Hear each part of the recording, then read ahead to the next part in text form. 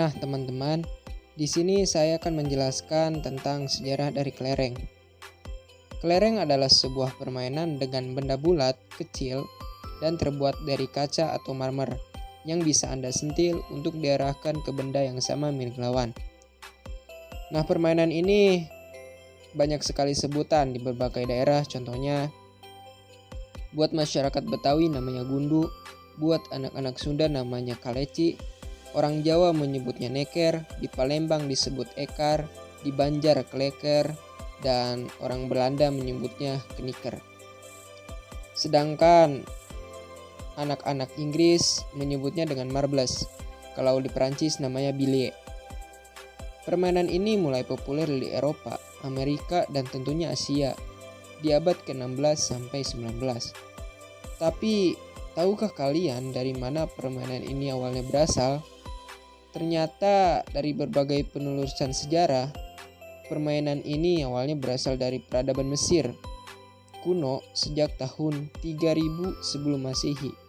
Wow, sudah lama ya. Oke, lanjut. Di Mesir, kelereng terbuat dari tanah liat atau batu. Sementara kelereng tertua di dunia yang saat ini masih eksis berasal dari Pulau Kreta dari tahun 2000 sampai 1700 sebelum Masehi. Dan kini dikoleksi di The British Museum di London, Inggris. Kalau kelereng yang biasa kita mainkan saat ini atau sekarang terbuat dari kaca, baru dikembangkan di pertengahan abad ke-19. Tempatnya di tahun 1864 dan dibuatnya di Jerman dengan beragam warna mirip permen. Nah, mungkin segitu sejarah yang bisa saya sampaikan. Nah, untuk nilai-nilai yang bisa kita dapatkan dari permainan ini adalah sebut saja relaksasi atau mengatur emosi, mengasah otak, melatih motorik, kesabaran, kecermatan, melatih karakter kompetitif, melatih kejujuran hingga mengembangkan kemampuan sosial. Nah, itu untuk nilai-nilai yang bisa kita ambil. Nah, mungkin saja sekian dari saya. Assalamualaikum warahmatullahi wabarakatuh.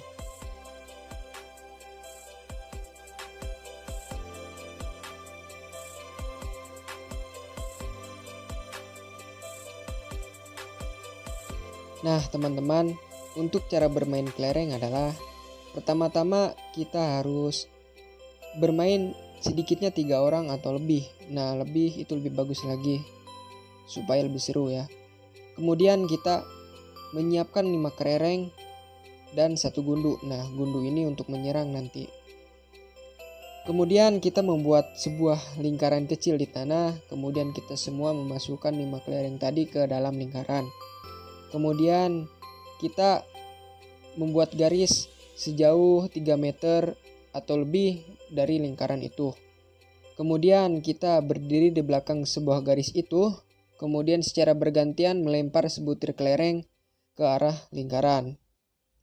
Nah, jika kelereng yang paling jauh dari lingkaran tersebut, maka boleh main terlebih dahulu. Kemudian kita memakai kelereng yang dilempar tadi sebagai penyerang atau sering disebut dengan gundu untuk memukul kelereng yang ada di dalam lingkaran hingga keluar. Jika berhasil mengeluarkannya, maka kita boleh menyimpan setiap kelereng yang keluar tersebut. Tapi jika gundu atau penyerang yang tadi itu masuk ke dalam lingkaran, maka itu dinyatakan kalah. Terus kemudian jika kelereng itu habis semua, nah, dari kita semua yang bermain, jika kelereng yang paling banyak, dialah pemenangnya. Gitu teman-teman. Mungkin segitu saja. Terima kasih.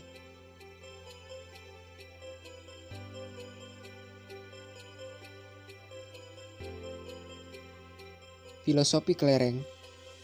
Kalian pasti sudah tidak asing lagi dengan mainan yang berbentuk lingkaran ini kan? Kelereng adalah mainan kecil berbentuk bulat yang terbuat dari kaca, tanah liat, atau agate. Ukuran kelereng sangat bermacam-macam, umumnya setengah inci dari ujung ke ujung. Permainan ini banyak disukai anak-anak, terlebih lagi anak laki-laki. Namun, setelah berkembangnya teknologi, anak-anak pada saat ini sudah mulai meninggalkan jenis permainan ini. dan lebih memilih bermain di warnet atau bermain PlayStation. Terlepas dari itu, apakah kalian tahu jika permainan ini sudah ada sangat lama dan bukan hanya ada di Indonesia saja? Sejak abad pertengahan, permainan kelereng ini sudah ada dan seringkali dimainkan oleh kalangan aristokrat dan bangsawan. Permainan ini tidak hanya terkenal di kalangan masyarakat kita saja. Di Prancis pun permainan ini ternyata sangat digemari oleh kalangan di sana, dan mereka memanggilnya dengan sebutan pentakue. Bedanya, jika permainan kelereng menggunakan gundu yang berukuran kecil, pentakue memerlukan dua jenis bola yang mempunyai ukuran yang cukup besar, yang terbuat dari kayu jati dan baja. Pentakue ini pertama kali diperkenalkan oleh suku Gaule, Prancis kuno. Dari Prancis, permainan ini menyebar ke wilayah lainnya yaitu Yunani dan Mesir melalui orang-orang Romawi. Seperti halnya nakeran, pentakue awalnya juga memerlukan permainan untuk mengisi waktu luang. Sejarah pun berlanjut hingga sampai ke zaman Renaissance atau pencerahan. Pentakue menjadi mainan di kalangan aristokrat dan bangsawan. Nah, permainan kelereng ini tidak membutuhkan peralatan khusus untuk memainkannya. Pemain hanya memerlukan lapangan kosong sebagai arena kelereng dan kapur atau tongkat untuk membuat garis permainan. Bisa juga dengan batu yang lancip, dan selanjutnya permainan siap untuk dimainkan. Adapun cara untuk bermainnya, masing-masing daerah itu memiliki peraturan yang berbeda dalam memainkannya. Selain menyenangkan, permainan kelereng ini juga manfaat yang dapat kita peroleh yaitu mengatur emosi, melatih kemampuan motorik, melatih kemampuan berpikir juga. Nah, mungkin itu saja dari saya. Kurang lebihnya mohon maaf. Assalamualaikum warahmatullahi wabarakatuh.